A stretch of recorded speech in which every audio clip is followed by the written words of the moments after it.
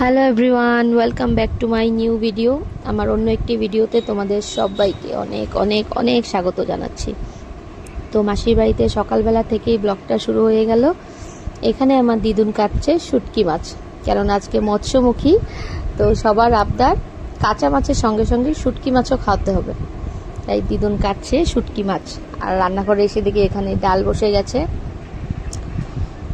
আমি তো ঘুম থেকে দেরি করে উঠেছি, তাই উঠতে উঠতে সবার প্রায় কাজকর্ম শুরু।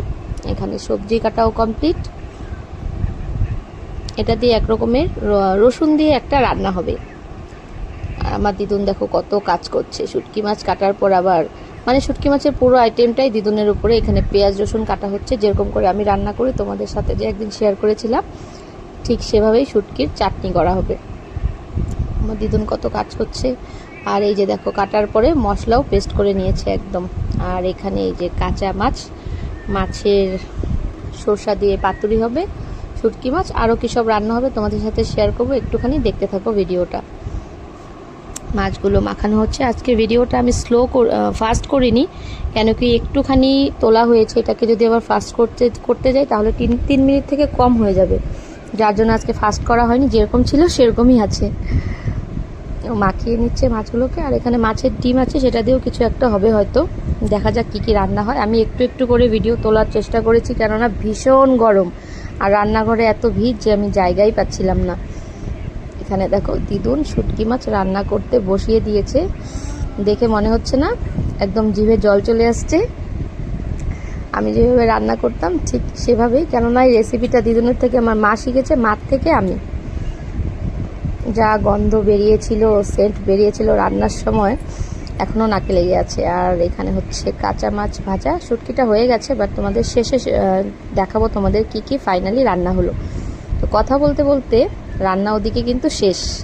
এটা হয়েছে একটা চচ্চড়ির মতো। তোমরা একটু দেখে নাও, তারপর বলছি যে কোনটা কি।